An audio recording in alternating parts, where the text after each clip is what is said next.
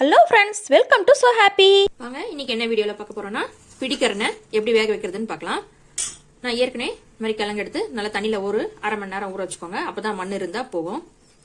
அப்படியே கூட வேக வைக்கலாம். சும்மா ஒரு கழுவிட்டு நீங்கள் எடுத்து குக்கரில் நம்ம சேர்த்திக்கலாம்.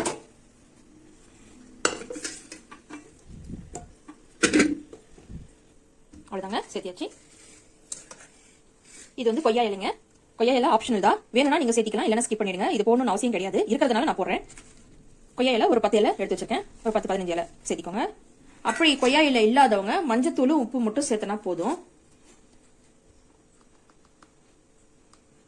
சாம்பல் முதல்ல சாம்பல் போட்டு வேக வைப்பாங்க. சாம்பல்லாம் இப்போ எங்க இருக்குது, அடுப்பு பற்ற வைக்கிறது இல்லை, அதனால சாம்பல்லாம் இப்போ கிடைக்கிறது இல்லை. அதனால மஞ்சத்தூள் உப்பு மட்டும் சேர்த்தி கூட வேக வைக்கலாம். மஞ்சத்தூள் ஒரு 1/2 டீஸ்பூனும் உப்பு ஒரு 1.5 டீஸ்பூன் அளவுக்கு சேர்த்திக்கோங்க. கல் உப்பு சேர்த்திருக்கேன். இந்த உப்பு மஞ்சளும் போடுறது வந்து கிழங்குடைய இந்த நமைச்சல் அரிப்பு மாதிரி இருக்கும், அதனால இருக்கக்கூடாதுன்றதுக்கோசரம் தான் சேர்த்துறது. இப்போ இது தேவையான அளவு தண்ணி சேர்த்திக்கோங்க. நான் வந்து 1.5 கப் அளவுக்கு, அதாவது 1/2 லிட்டர் தண்ணி சேர்த்திருக்கேன். இந்த கிழங்கு முழுகிற அளவு இருந்தா போதும்.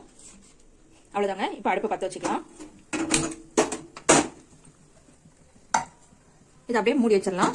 ஒரு 2 விசில் வரட்டவங்க போதும், வெந்துடும் கிழங்கு சீக்கிரமா. அதிகமா விசில் விட தேவையில்ல.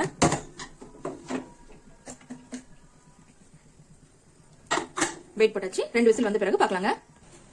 பாருங்க, 2 விசில் போன பிறகு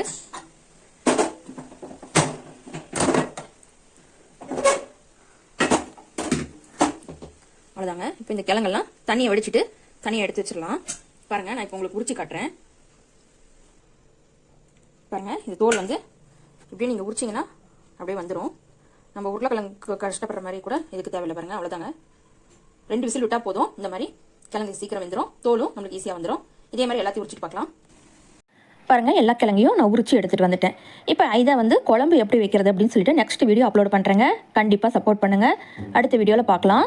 இப்போ வந்து இந்த கிழங்கு உங்களுக்கு தேவையான அளவில் நீங்க கட் பண்ணி சேர்த்திக்கலாங்க. இந்த வீடியோ உங்களுக்கு பிடிச்சிருந்தா லைக் பண்ணுங்க, ஷேர் பண்ணுங்க, கமெண்ட் பண்ணுங்க. மறக்காம நம்ம சோ ஹாப்பி சேனலை சப்ஸ்கிரைப் பண்ணிடுங்க. தேங்க்யூ.